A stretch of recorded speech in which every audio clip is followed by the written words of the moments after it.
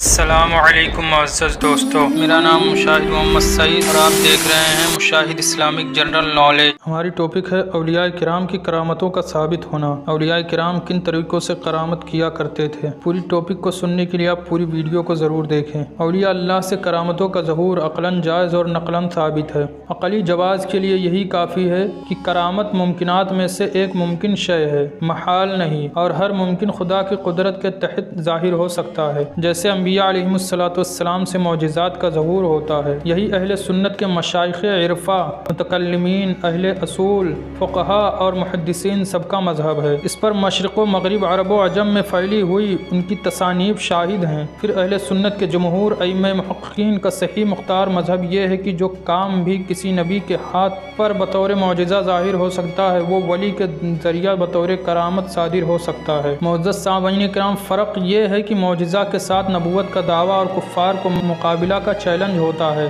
اور کرامت کے ساتھ یہ نہیں ہوتا ہے۔ اس پر یہ نہیں کہا جا سکتا کہ پھر ولی پر قرآن جیسی کتاب بھی آ سکتی ہے، اس لیے کہ قرآن کے ساتھ نبوت کا دعویٰ لازم ہے، اور ولی کے ہاتھ پر جو بھی خارق عادت خدا کی طرف سے ظاہر ہوگا، اس کے ساتھ نبوت کا دعویٰ نہیں ہو سکتا۔ اس فرق کی وجہ سے کرامت اور معجزہ کے درمیان التباس و اشتباہ نہ ہو سکے گا، اس لیے کہ معجزہ کے ساتھ چیلنج ہوتا ہے، نبی اس کا اظہار کرتا ہے، جبکہ ولی اپنی کرامت کو چھپاتا اور پوشیدہ رکھتا ہے۔ اظہار اس وقت کرتا ہے جب ضرورت ہو، یا اسے اس کی اجازت ملی ہو، یا غلبہ حال طاری ہو جس میں وہ بے قابو ہو، یا کسی مرید کے یقین کی تقویت مقصود ہو۔ معزز سامعین کرام، ایسے مواقع پر اولیاء کرام سے کرامتیں ظاہر ہوتی ہیں، جیسے اولیاء اللہ میں سے بعض نے فضا میں یعنی ہوا میں ہاتھ اٹھایا جس میں شہد آ گیا جو انہوں نے ایک مرید کو کھلایا۔ ایک شیخ کامل نے ہزاروں کلومیٹر کے فاصلہ پر اپنے مرید کو کعبۃ اللہ کی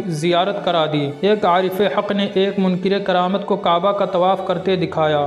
اولیاء کاملین کے ایک گروہ کے گرد خانہ کعبہ کو طواف کرتے ہوئے معتبر مشائخ نے خود دیکھا ہے۔ کتاب اللہ اور اثبات کرامت یعنی اللہ کی کتاب اور کرامت کا ثابت ہونا۔ کتاب و سنت میں ثبوت کرامت کی متعدد دلیلیں موجود ہیں۔ حضرت مریم علی ابنہا علیہ السلام کے قصہ میں ہے، کلما دخل علیہا زکریا المحراب وجد عندها رزقا قال یا مریم انا لک ھذا قالت هو من عند اللہ ان اللہ یرزق من یشاء بغیر حساب۔ جب زکریا محراب میں آتے تو مریم کے پاس رزق پاتے تو پوچھتے، اے مریم یہ کہاں سے آیا؟ تو مریم کہتی ہے، اللہ کے پاس سے آیا ہے، اللہ جس کو چاہے بے حساب رزق عطا فرمائے۔ مفسرین کا بیان ہے کہ حضرت مریم کو جو پھل انعام خداوندی سے دیے جاتے تھے وہ بے موسم ہوتے تھے، جس زمانہ میں جو پھل نہیں ہوتا وہ انہیں ملتا۔ انہی کے واقعہ میں ہے، وَهُزِيَ إِلَيْكَ بِجِذْعِ النَّخْلَةِ تُسَاقِطُ عَلَيْكَ رُطَابًا جَنِيًّا، اور اے مریم تو کھجور کی شاخ کو جنبش دے، یہ تجھ پر تر و تازہ پھل گرائے گا۔ تفسیروں میں ہے کہ وہ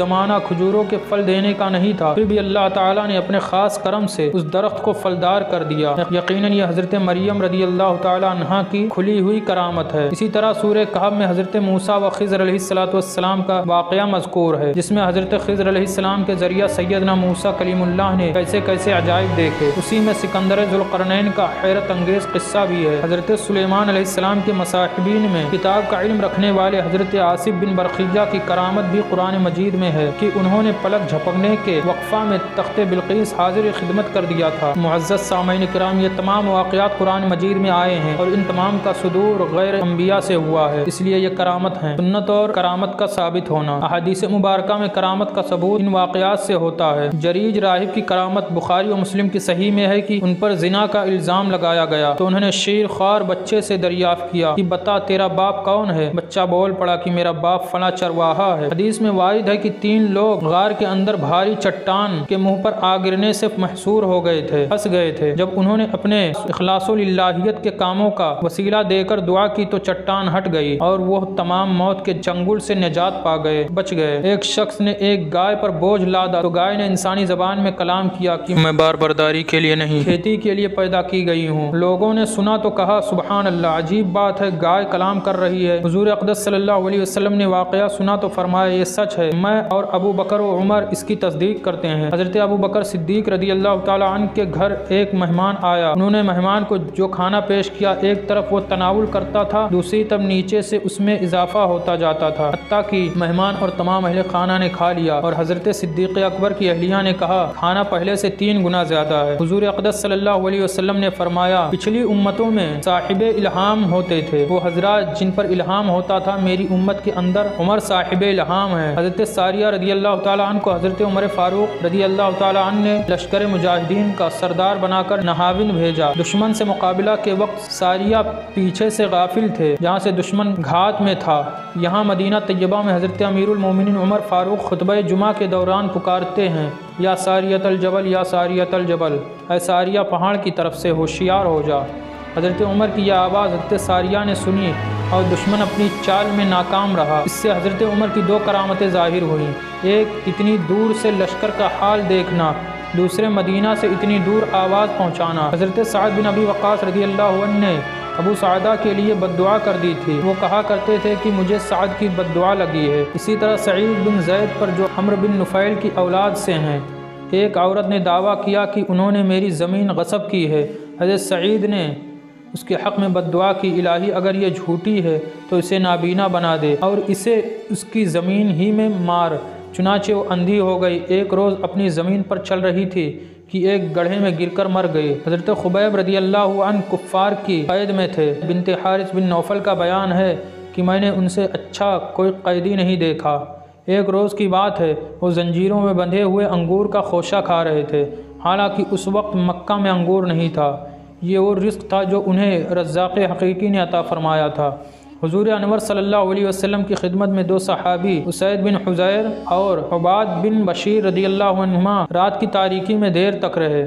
جب چلنے لگے تو ان کے ہمراہ 2 روشنیاں چل رہی تھیں، جہاں سے دونوں کی راہیں جدا ہوئیں، ایک اور روشنی دونوں کے ہمراہ ہو گئیں، اور جب دونوں اپنے اپنے گھر پہنچ گئے تو روشنیاں غائب ہو گئی۔ دور صحابہ میں ایک شیر لوگوں کا راستہ روک کر بیٹھ گیا۔ حضرت ابن عمر رضی اللہ تعالیٰ عنہما کو پتہ چلا تو آپ تشریف لے گئے اور شیر سے فرمایا کہ راستہ سے ہٹ جا۔ شیر نے دم ہلائی اور چلا گیا۔ رسول اکرم صلی اللہ علیہ وسلم نے حضرت علا حضرمی رضی اللہ عنہ کو جہاد کے لیے روانہ فرمایا۔ راستہ میں سمندر کا ایک حصہ پڑا، انہوں نے رب کا نام لیا اور بے تکلف پانی پر چل کر اس طرف جا پہنچے۔ حضرت سلمان فارسی رضی اللہ تعالیٰ عنہ اور حضرت ابو درداء رضی اللہ عنہما کے سامنے ایک پیالہ پانی سے لبریز رکھا ہوا تھا۔ ان دونوں حضرات نے سنا کہ پیالہ کے اندر سے سبحان اللہ کی تسبیح بلند ہو رہی ہے۔ حضرت عمران بن حسین رضی اللہ عنہ کی یہ کرامت ہے کہ انہیں فرشتے سلام کرتے تھے اور وہ انہیں سلام کا جواب دیا کرتے تھے۔ ایک بار انہوں نے کسی مرض کی وجہ سے اپنے جسم کو داغا تو 1 سال تک سلام کی آواز موقوف یعنی بند ہو گئی، اس کے بعد سلام آنے لگا۔ حدیث میں ہے کہ اللہ تعالیٰ کے کچھ بندے ایسے ہیں جو بظاہر میل کچیل میں اٹے ہوئے ہیں اور ان کے بال غبار آلود ہیں، وہ کسی کے دروازے پر جائیں تو کوئی ان کی خاطر اپنا دروازہ نہ کھولے بلکہ دھکے دے کر نکال دے، مگر ان کی شان یہ ہے کہ اگر وہ کسی بات پر اڑ کر خدا کی قسم کھا بیٹھیں تو اللہ تعالیٰ ان کی قسم پوری کر دیتا ہے۔